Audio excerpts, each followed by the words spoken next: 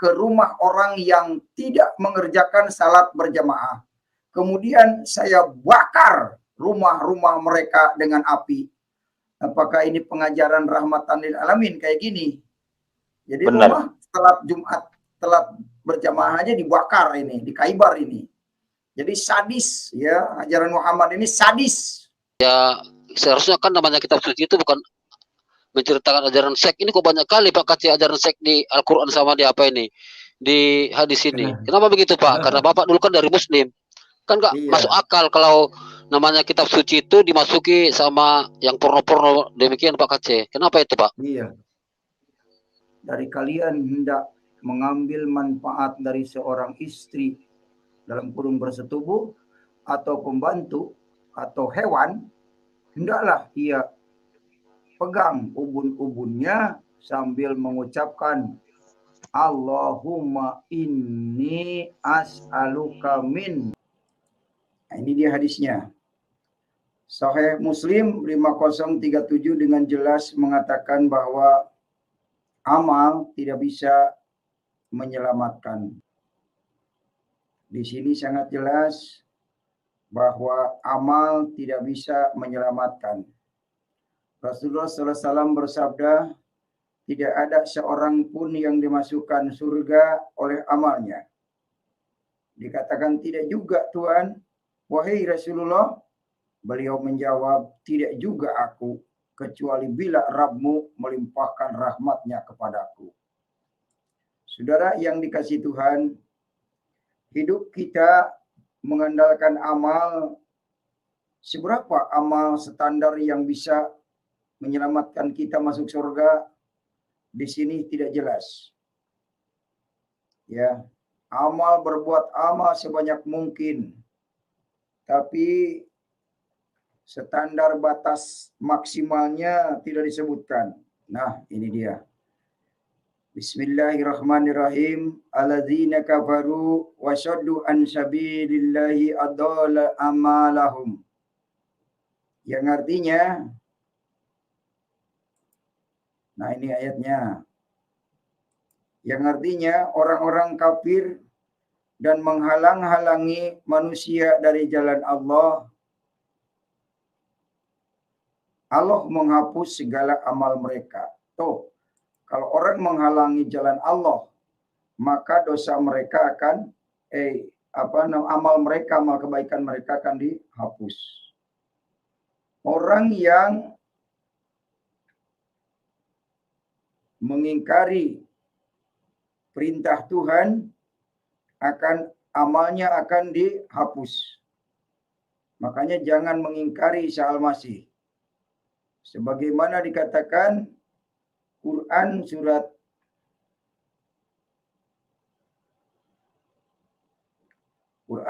2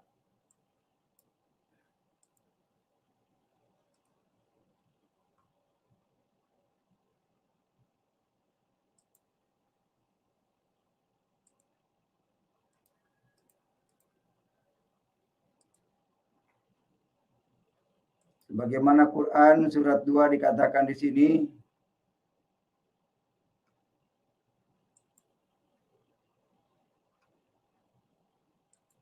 ayat yang ke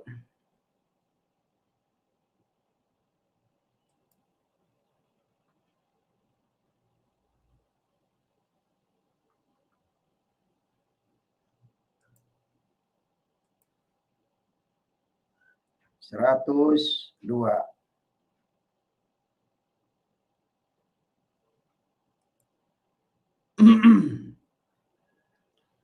Di sini dikatakan wa taba'u ma tatlu syaiton ala mulki Sulaiman wa kafaru Sulaiman walakinna syaiton kafaru. Jadi menurut Quran ayat ini, dan mereka mengikuti apa yang dibacakan oleh setan-setan pada masa kerajaan Sulaiman. Sulaiman itu tidak kafir, tetapi setan-setan itulah yang kafir. Makanya kalau ada manusia yang kafir itu setan. Lihat saja setan, orang kafir, demo berjilid-jilid, melawan pemerintah, menghalalkan darah orang yang murtad. Itulah setan. Mereka mengajar sihir kepada manusia. Oh, tukang sihir, santet, itu setan. Manusia, apa yang diturunkan kepada dua malaikat di negeri Babilonia, yaitu Harut dan Marut.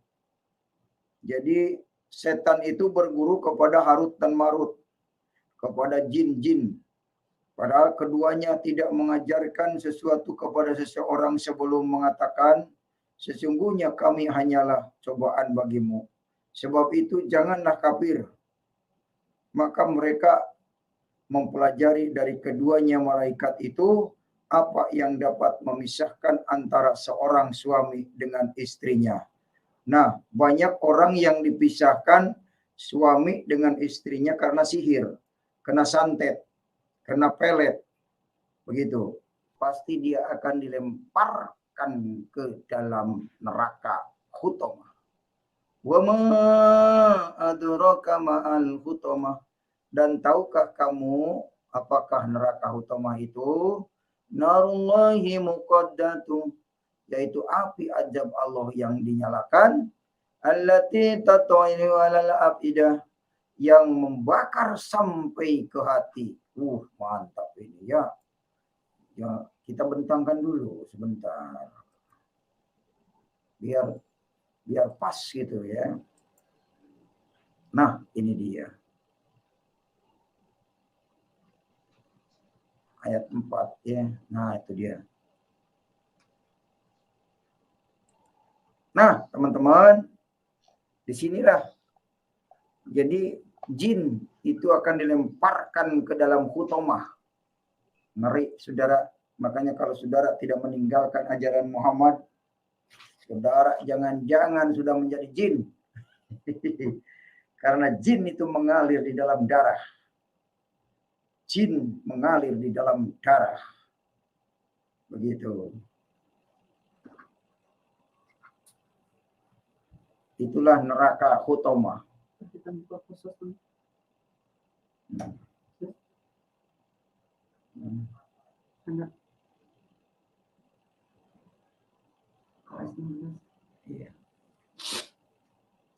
Ya, begitu Pak Wahyu. Jadi ngeri kalau siap, tidak Pak Kacek. Iya. Tumben nih lagi pada live apa ya, pada sepi nih. Begitu. Iya, belum ngeh mungkin Pak Kacek live lagi nih. Yang lain belum ada yang masuk Pak Kacek? Belum. Silakan aja dulu. Oh Dia iya. akan dilemparkan ke dalam neraka hutomah. Waduh, ngeri ya. Surat 19 Maryam 71 juga akan mendatangi neraka. Sama sekali tidak ada umat Islam yang masuk surga ini, kasihan. Tuh. Tapi mereka merasa paling benar karena mereka jadi jinnya gitu. Mereka sendiri yang jadi jin. Jadi merasa paling benar. Ya iyalah. Orang dia jinnya. Iya, aduh saya jadi bingung juga Pak Kacek. Katanya dia percaya sama Al-Quran sebagai jalan kehidupan, way of life kan begitu. Tapi Quran mengatakan bahwa orang pengikut Isa diangkat dari antara orang-orang kafir di atas orang kafir, tidak mengatakan bahwa Quran umat Islam diangkat di atas orang kafir, tidak loh Pak ya. Tetapi pengikut Isa.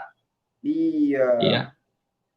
Pengikut Isa yang akan masuk surga itu sebagaimana dikatakan surat 3 Ali Imran ayat 55 nih.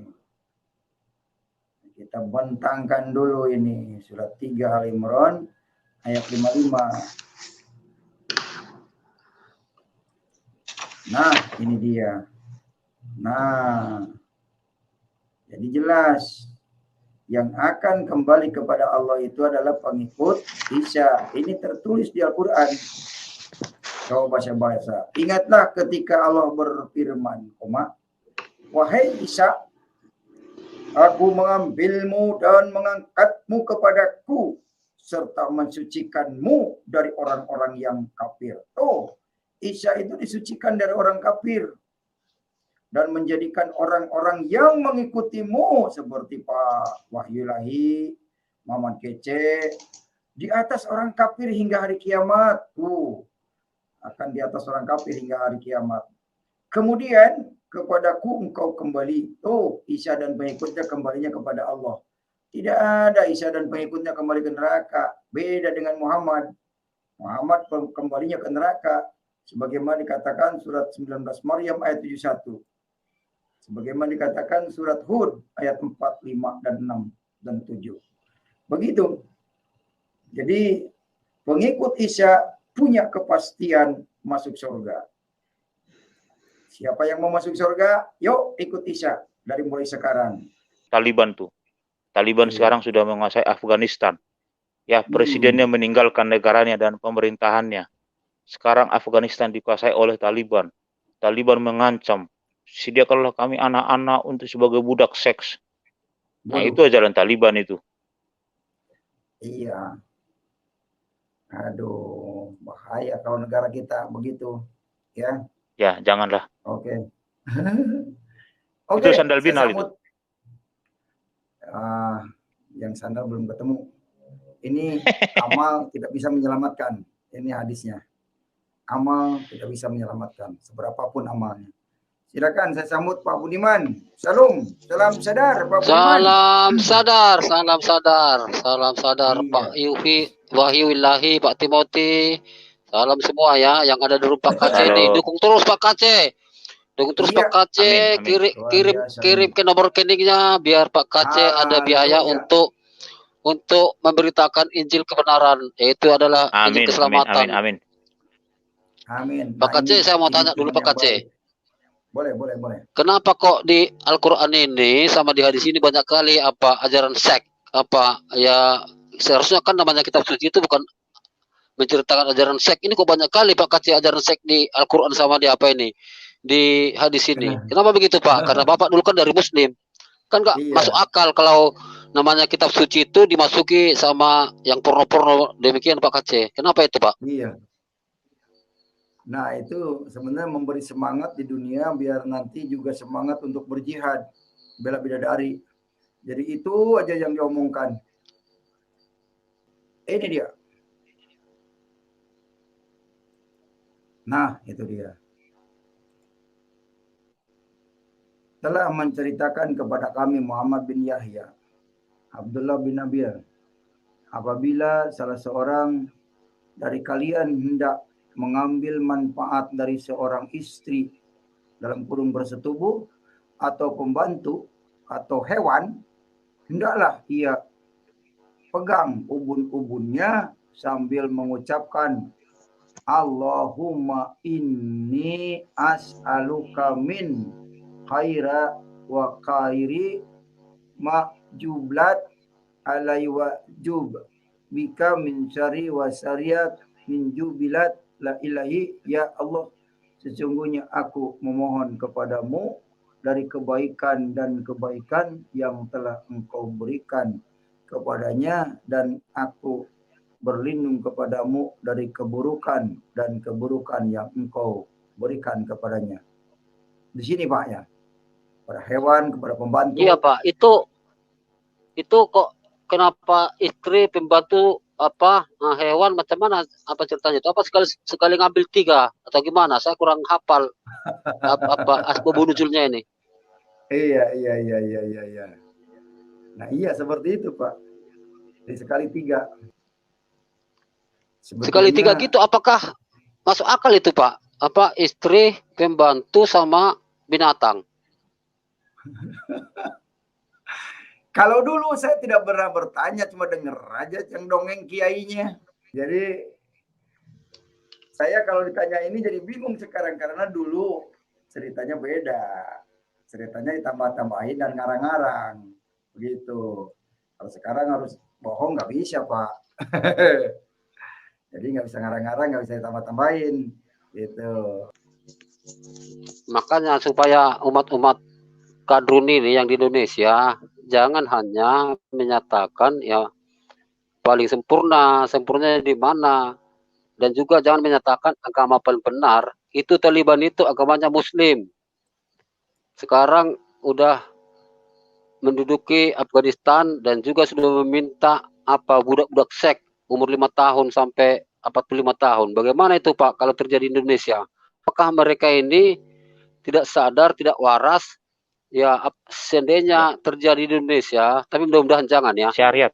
Apakah Syariat, mereka itu syariat Islam itu? Apakah mereka ini ya setuju diperlakukan seperti contoh HMC sama anaknya yang gadis atau sama istrinya di umur 45 tahun. Ya apakah mereka ini setuju atau gimana? Kalau saya Pak secara pribadi ya saya lebih baik mati daripada kuliah seperti ini. Ku perangi terus biarpun saya nggak sanggup ya ku lawan terus sampai titik darah penghabisan. Bagaimana kira-kira Pak tanggapan Bapak masalah mereka-mereka ini yang selalu menginginkan khilafah sementara khilafah itu ajarannya sangat biadab kali, ajaran iblis, ajaran setan. Bagaimana Pak kira-kira? Ya, itu mereka kan yang umat yang meninggikan Muhammad. Sedangkan hadis Musnad Ahmad nomor 13041 di sini dikatakan orang yang meninggikan Muhammad itu adalah berbangsa setan.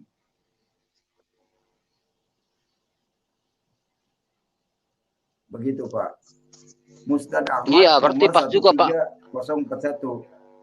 Ya, Sallallahu alaihi wasallam Hari bersabda, apa wahai kemarin itu? manusia, katakanlah yang sewajarnya saja, jangan setan memperdayainya.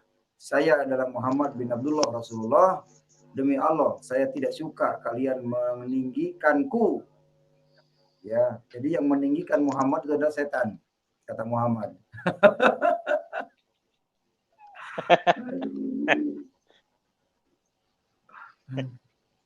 Kalau setan makannya dengan tangan kiri, kalau Allah tangan kanan, karena Allah tangan kanan semua. Muhammad pernah disihir oleh Lubaid bin Al-Shom. Setan bernama Al-Walahan. Al-Walahan ini nama setan. Masa Nabi disihir Pak Kaceh? Iya, Nabi kena sihir ini oleh Labid.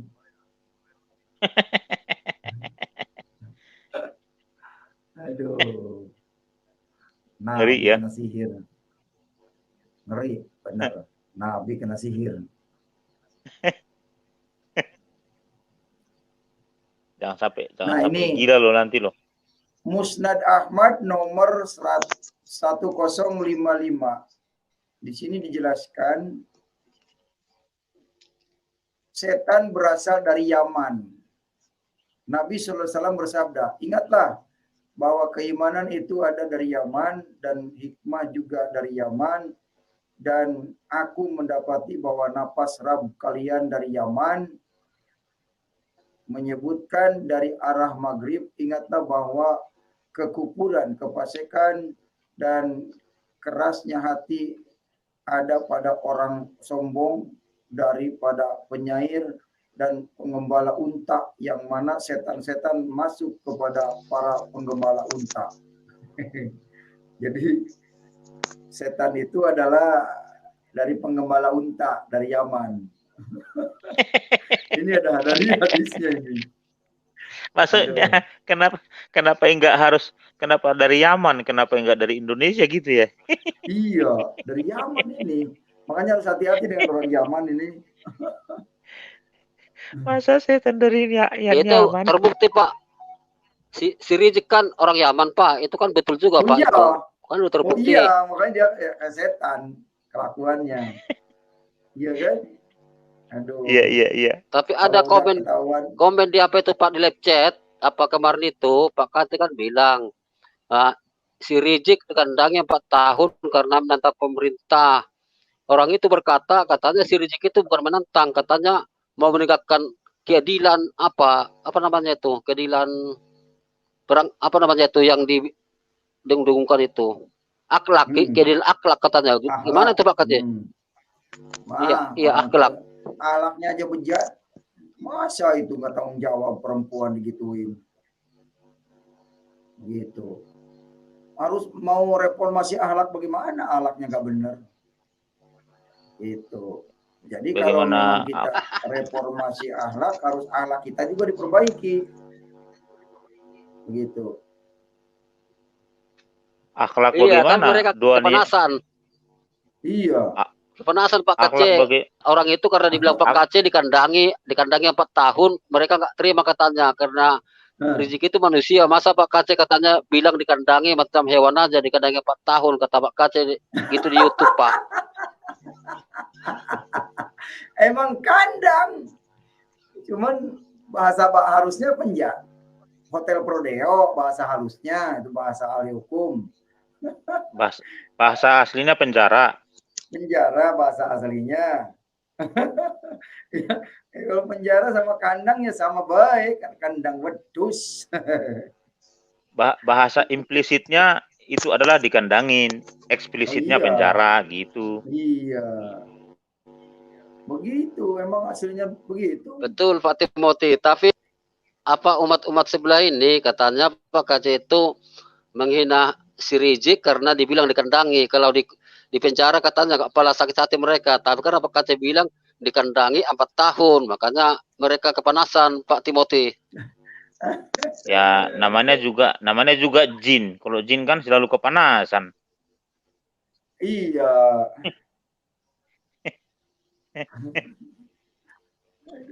Ini Bayangin aja. Pak Cicak Killer nggak pernah muncul ini. Apakah dia lagi pesta penabisan jadi profesor hadis itu ya? Kayaknya iya. Oh, lagi live sekarang, Pak. Lagi live dia. Dia lagi live itu. Iya. Oh. Iya, lagi live. Aku tadi baru buka. Cuma karena kulihat Pak Kace udah ngirim link, duluan ke sini saya. Lagi live Pak Cicak Killer ini. Oh, iya. Oh. Nah, iya. Lagi live. Judulnya kan ular udah di bumi, tiba-tiba udah di surga. Nah, pergi ke surga lewat apa dia pergi ke surga? Ularnya ke surga. Iya.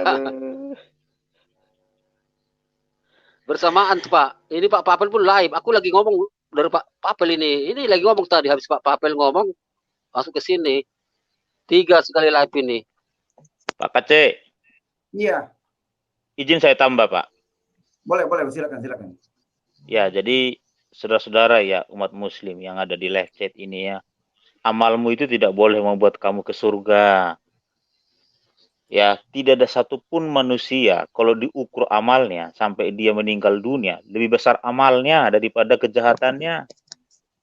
Orang kita kotor, najis, pembohong, pendusta, kok banyak dosa setiap hari. Ada iri hati, ada dengki, ada amarah. Ya, semua kita ada di manusia. Bukan cuma sama Anda, semua manusia. Bagaimana amalmu bisa membawa ke surga? Memang kamu bisa sogok Tuhan. Kamu bisa nyogok dengan amalmu, dengan uangmu, dengan hartamu, dengan kamu pergi kemana, ke Arab atau kemana. Nggak bisa. Tuhan kamu sogok dengan amal kebaikan. Orang manusia itu kotor kok. Saya juga kotor dan najis. Tapi sudah dikuduskan oleh Tuhan Yesus melalui Roh Kudusnya. Ya, jadi dibenarkan kita bukan karena perbuatan, tapi karena kasih karunia Tuhan, iman kepada Kristus Yesus. Itulah kita dibenarkan oleh Allah. Makanya Allah mengutus anaknya yang tunggal itu, yang dia kasih itu, Yesus Kristus, Tuhan mati di kayu salib. Supaya kita yang berdosa ini, teman-teman ya, supaya kita yang berdosa ini, kelakuan akhlaknya bejat ini, yang kotor, yang najis ini, yang setiap hari kita berbuat dosa, kita dilayakkan di hadapan Tuhan melalui Kristus Yesus. Kalau misalnya amal perbuatan baik itu yang membuat kita ke surga, berarti hanya orang kaya, ya, hanya orang yang berduit yang bisa ke surga. Nah, orang-orang miskin bagaimana? Bagaimana dia beramal? Orang nggak ada uangnya. Iya. Ya benar. Mungkin dengan harta, ya kan? Iya, betul. Ya Anda mungkin bisa dengan perbuatan, dengan sikap perbuatan. Kan tidak cukup Anda berbuat baik, Anda mesti masuk surga. Makanya dikatakan kalau Alkitab, ya, perbuatan baik itu seperti apa? Seperti mohon maaf itu. Seperti kain mens. Siapa itu temannya? Darah wanita yang kotor, yang najis itu loh. Kalau mens datang bulan. Kotor, najis, bau, jijik. Sotek. Ya, begitu. Bukan softteknya, Pak, bukan softteknya, tapi darahnya itu loh. Nah, Darah itu ini. kan sangat bau itu. Itulah kita Iya, perbuatan iya. baik di hadapan Tuhan. Jadi karena kasih karunia, karena iman kepada Kristus Yesus, orang bisa masuk ke surga. Lanjut Pak Kacik. Ada sebuah hadis Musnad Ahmad nomor 10645. Di sini dikatakan telah berceritakan kepada kami Al-Amsyah dari Abu Saleh, dari Abu Sajadah, dari Qudri Rasulullah SAW bersabda, permisalanku dengan seluruh para nabi sebelumku adalah seperti seorang lelaki yang membangun rumah. Kemudian ia sempurnakan kecuali sebuah batu bata. Lalu aku datang dan menyempurnakan batu itu. Jadi Muhammad itu menyempurnakan batu bata. Ini permisalanku dengan seluruh para nabi sebelumku adalah seperti seorang laki-laki yang membangun rumah. Kemudian ia sempurna kecuali sebuah batu bata. Lalu aku, kata Muhammad, datang dan menyempurnakan batu itu. Jadi ternyata Muhammad itu sebagai penyempurna batu dalam bangunan. Aduh, ini cerita udah berantakan ini hadis ngawur. Aduh. Dia adalah penyempurna batu dia. Bukan penyempurna hidup. Penyempurna batu, penyempurna menikah, punya istri banyak. Begitu. Aduh. Istrinya kan 12. Itu. Disamakan dengan Yahweh. Nah, ini dia hadisnya. Nah, Ya, Nabi silakan baca. Shallallahu Alaihi Wasallam bersabda, ketika Allah menciptakan Adam, Allah memukul bahunya yang sebelah kanan. Maka keluar keturunan berkulit putih seperti molekul. Dan memukul bahu bagian kirinya, kemudian keluar keturunan yang berkulit hitam seperti arang. Maka Allah berkata kepada yang di bagian kanannya, masuklah ke surga dan aku tidak peduli. Kemudian berkata kepada yang bagian kirinya, masuklah ke neraka dan aku tidak peduli. Ah, Tuhan diskriminasi kalau gini. Tuhan. Aduh, kulit hitam kasihan itu Tuhan. Waduh. Kasihan orang kulit hitam tuh. Kalau ditepuk di tengah-tengah gimana Pak Kacik? Kalau ditepuk tengah-tengah keluar apa tuh Pak Kacik? Aduh. Kalau di tengah-tengah keluar merah. Keluar susu. Aduh, itu dengar itu ini dia komen. hadisnya. Hei orang Irian, jangan takut. Kalau di Kristen itu mau hitam putih sama dudukannya surga. Begitu, yang penting ikut Yesus. Ya, beda dengan di Islam. Di Islam cari yang Tuhannya nggak adil ini, Allah ini. Ah, itu dia. Nggak adil. Pokoknya, ayo ikut Yesus. Diskriminasi. Coba aja bayangkan, perempuannya saja di Islam disamakan dengan binatang.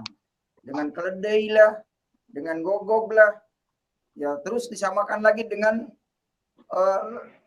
ladang tempat bercocok tanam. Kasihan banget perempuan Islam. Untung Ibu Uti Wartimena ikut Yesus. Aduh, kalau tidak ikut Yesus rugi Ibu Uti. Oke, ini udah tampil ya. Rugi saya mah kalau nggak ikut Yesus. Iya, betul. Ngeri. Anda Nabi Muhammad punya istri 9 atau 10, Anda komplain. Tapi Nabi Sulaiman, Nabi Daud, istrinya ratusan, Anda tidak komplain. Kenapa gitu loh? Nah, saya jelasin. Boleh saya jelasin? Adakah Ya, Tuhan menyuruh Daud beristri banyak? Adakah Tuhan menyuruh Daud beristri banyak? Sebentar, biarkan pemurtad, biar dijawab Pak Timothy satu-satu. Ya, saya nanti jawab ya. gantian. Oke, Yaminal ya. Nah, ini tolong nih tolong didengarin Timinal ya. Abraham ya, sama seperti Abraham juga beristri dia 3 ya. Ya. Istri Abraham itu 3 ya. Tapi Tuhan tidak pernah menyuruh, tidak pernah berfirman, tidak pernah berbicara, tidak pernah bernubuat, "Hei Abraham, kawininlah itu." Hal yang sama juga Daud, ya, istrinya juga ya. Dia Tuhan Istrinya berapa? tidak Istrinya Daud pernah berapa? berfirman. Istrinya Daud berapa? Istrinya Daud berapa? Ya banyak istrinya, banyak. Ratusan Ya, toh? bahkan Nabi Daud dan Nabi Bathsheba Sulaiman itu. istrinya banyak, Pak. Betul loh. Iya kan? Ya Pak Minal, Betul. biar Dengar dulu dijawab. sebentar. Dengar dulu Pak Biar Minal. dijawab Pak Minal. Tuhan tidak pernah berfirman, Elohim Yahweh, Allah Bapa di dalam Kristus, di dalam Alkitab, ya, kepada Daud, kepada Salomo, yang ribuan itu, ratusan, 500, gundi-gundina 500, ya, berfirman, kawininlah ini, kawininlah ini, kawininlah ini. Tidak pernah, bahkan kepada Abraham. Ya, tidak pernah Tuhan yang berfirman, tidak ada approval, tidak ada persetujuan, tidak pernah ngomong, tidak pernah berbicara kepada mereka. Bahkan Salomo itu, istrinya itu banyak, itu merupakan kekejian bagi Tuhan. Di akhir hidupnya itu, lihat itu istri-istri itu jadi penyembah berhala. Tuhan marah, Tuhan murka. Daud juga sama ketika menghampiri Bathsheba, istri pasukannya itu. Ya, Tuhan murka. Daud begitu pilu hatinya, begitu menangis, meraung-raung di hadapan Tuhan, dia tidak bersalah dan berdosa. Dia melakukan kejahatan di mata Tuhan. Abraham juga sama ketika menghampiri budaknya itu. Ya, dia diusir. Jadi ada konsekuensi akibat perbuatan itu. Apakah itu kisah-kisah itu ada di Alkitab? Semuanya ada. Kisah-kisah nabi-nabi, raja-raja, rasul-rasul di dalam peperangan gimana, itu Pak? ada itu. Jadi berbeda dengan Muhammad. Abraham salah berarti ya? Muhammad, Abraham dan dengar, Sulaiman Daud salah sebentar. gitu ya Pak? Atau gimana Pak? Salah, itu benar-benar salah. Itu saya katakan tadi, kekejian, kejahatan, kemurkaan bagi Tuhan. Dan mereka menyesal, mereka menangis. Daud berkata, Tuhan kasihanilah aku telah berbuat dosa di hadapanmu, aku najis dan kotor. Dia tersungkur. Kalau kamu baca itu, ya, di dalam perjanjian lama itu kenajisan jijik. Itu intinya, ya. Nah, berbeda Mas Minal. Di Al-Quran dan di hadis dan semua literatur muslim, Muhammad ya beristri sangat banyak itu Tuhan yang Banyaknya menyuruh, berapa? SWT yang Banyaknya menyuruh. Oh, Tuhan Apa? menyuruh, maksudnya gimana? Tuhan Loh, menyuruh banyak gitu, SWT Pak. SWT itu memberi SWT istri 12, mengizinkan 13 Muhammad itu beristri banyak. bukan SWT yang mengizinkan. Itu approval, itu persetujuan Allah yang menyetujui. Ya, jadi Oke, berbeda gitu loh. Boleh Apakah saya ada potong poligami di dalam Alkitab? Itu ada, istrinya banyak gitu loh. Tapi ingat, itu perbuatan kejahatan, itu tidak disetujui, tidak Bukan ada perintah approval, Tuhan tidak ada loh ya. persetujuan, bukan perintah Tuhan. Nah, berbeda. Muhammad itu beristri banyak. Itu SWT yang menyuruh bahwa kamu boleh menikah ini, kamu boleh menikah ini, kamu boleh menikah ini, kamu boleh menikah ini, kamu boleh janda ini, kamu boleh menikah anak kecil ini. Jadi berbeda. Tak pahami nggak? Tuh ya. Ada lagi pertanyaan nggak? Halo? Halo? Yang jelas Daud, Abraham, Tadi boleh saya dan potong yang nggak, Pak? poligami di perjanjian lama itu, mereka itu bukan karena perintah Tuhan, tapi karena hawa nafsu mereka sendiri. Paham ya? Ya. Iya, Ada lagi tapi kan pertanyaan kemudian, Bilal? tapi kan Betul itu, Pak, kemudian betul. intinya kan lebih Bukan dari kemauan mereka itu. banyak itu Pak, gitu loh. Ya kan? Equal nggak?